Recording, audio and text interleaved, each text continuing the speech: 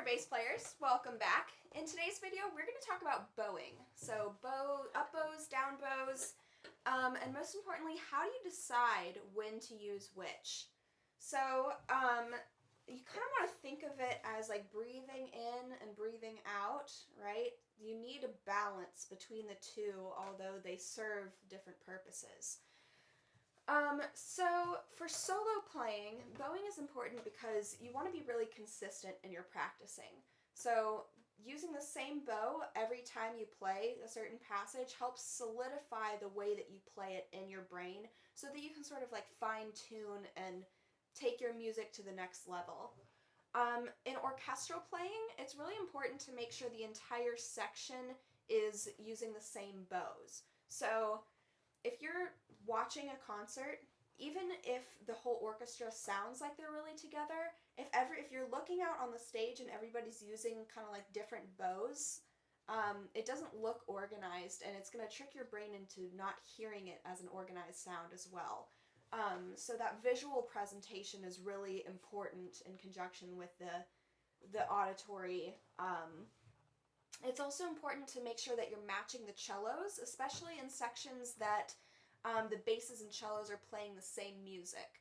So this can pose a challenge sometimes because cellos, obviously, it's a different instrument than us. So sometimes a way that they bow things would be a little bit different than how we would decide to do things.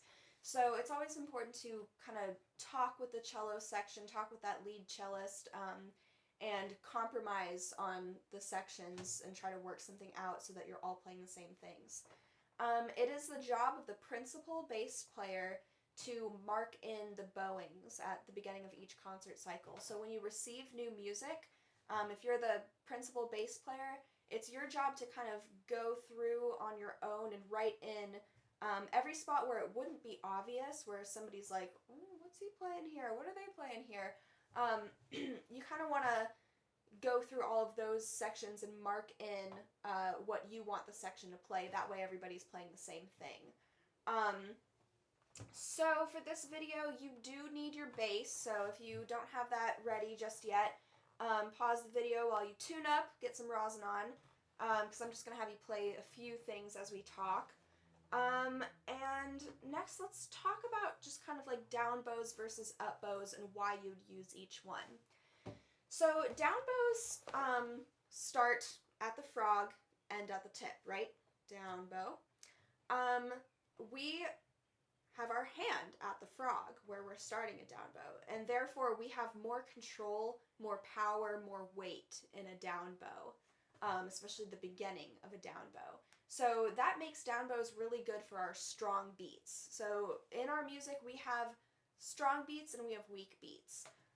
Typically strong beats are usually like the first beat of a measure. It's usually like beats 1 and beats 3 if you're in 4/4 time. But not always, right? Especially like in music that isn't classical music, you gotta really pay attention to that. So down bows are typically best for using like at the beginning of a measure or the beginning of a passage, if you're starting out strong, right? If you have a pickup, pickups are best played with an up bow because it's usually a weak beat that leads into a strong beat. So usually an up down is the best way to go for a pickup into a beat, right? So for me really quick, just so we can feel that difference, take your bow and play 4 staccato forte eighth notes, kind of by the frog on your A string. So 1 and 2 and 3 and 4 and. Right? That was 8 eighth notes, but so do that one more time for me. 2, 3, 4. Right? Now try to do that at the tip. 1, 2, 3, 4. It's really hard to get that same amount of power and volume at the tip versus at the frog. So that's why the tip is good for things that are like really delicate and light, maybe like a soft tremolo. It's hard to do this at the frog. I just feel like I'm like having a seizure or something. It's a little bit easier at the tip. So, let's see.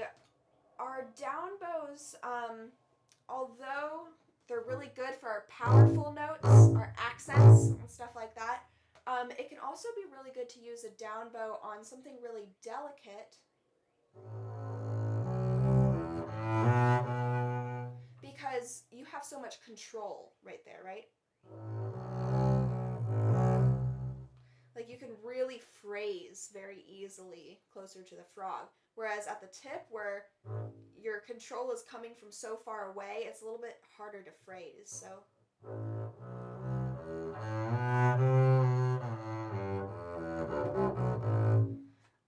So I'm gonna move on. Let's talk about crescendos and decrescendos.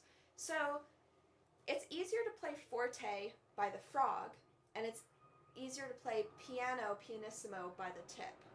So when we're playing a crescendo, where we're going from soft to loud, which direction do you think it would be best to use our bow? Would it be best to do an up bow or a down bow when we're going soft to loud, a crescendo?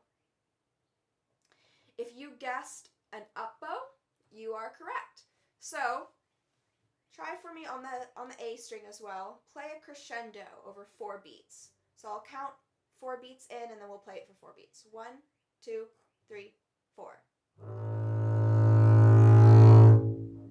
Nice and easy. Feels really good, right? Now try the opposite. So try a crescendo, but go down bow. All right? 1, 2, 3, 4. It's kind of difficult to get that same variation in volume going that direction. So let's try something else now. So it's easy to do a decrescendo doing a down bow because we have most of our volume over here and not so much up here. So do a down bow decrescendo for me. So start at the frog, get quieter as you go to the tip. 1, 2, 3, 4. Yeah.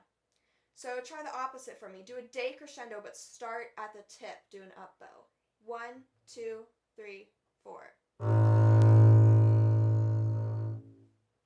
It still works, but it doesn't feel as good. And a lot of what this is based on is feel.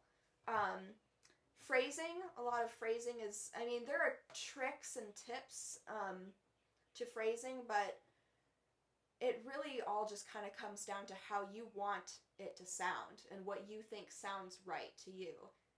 When you decide that, that is phrasing. You know, there's not really a wrong way to, like, musically interpret something because it's your opinion, right? And your opinion can't be wrong.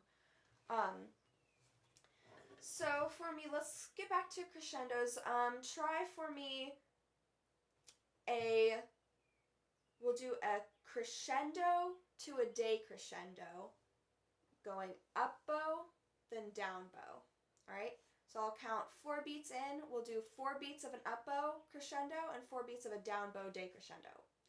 1, 2, 3, 4. 1, 2, 3, 4. Try that one more time. 1, 2. Try it on the D string. 1, 2, 3, 4.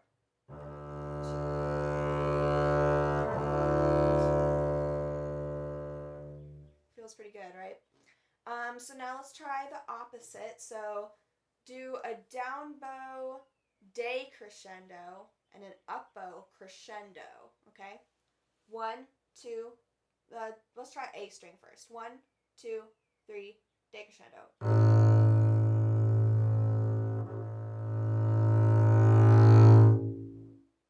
Now try it on your D string. 1, 2, 3, 4.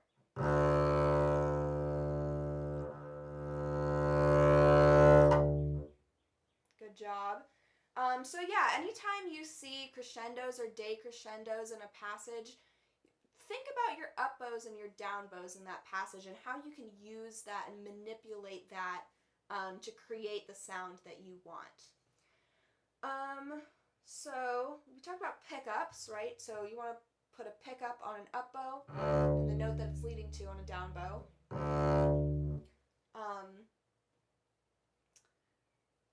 Other than that,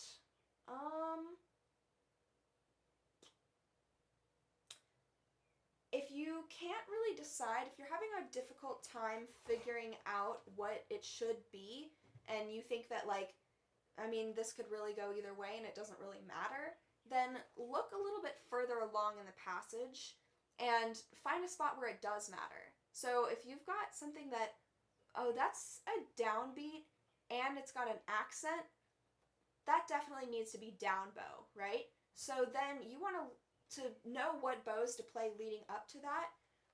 If they're all kind of in succession of each other, no rests or anything. So take that down bow, and because we play down, up, right? You want to play an up bow before that, and a down bow before that, and an up bow before that. So work backwards and write in every other marking. And that way you'll have a good lead up into the bowing that does matter. And another thing to note is that these are all guidelines. Don't take anything to be like set in stone rule for everything, right? You don't want to add unnecessary retakes that is going to like poorly affect the sound of what you're playing just to follow these guidelines, right? So if you've got a passage that's like down, down, down, down, down, or let's say quarter, eighth quarter, eighth quarter, right?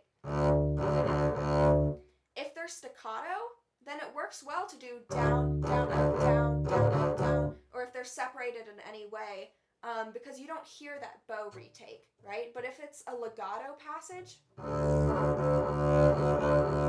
you don't want to do a bow retake just so that you can get a down bow on every start of a beat, because you'll hear that and it'll sound bad, right? So if I'm trying to play legato, that does not sound as good as. So use your artistic interpretation. I know that any of you guys who are watching this video right now, you've been playing bass and playing other musical instruments long enough to know what you think sounds good, right? Or you think sounds right. So trust yourself, know what you think, and go with it. And your assignment for this video, I'm going to send out a short little song. It's something that you won't recognize, you haven't heard before, because I made it up. And you're going to go through this and figure out your bowing for the whole thing. If you have a printer and you can print this out and write in the bowings, that is like awesome, the best way to do that.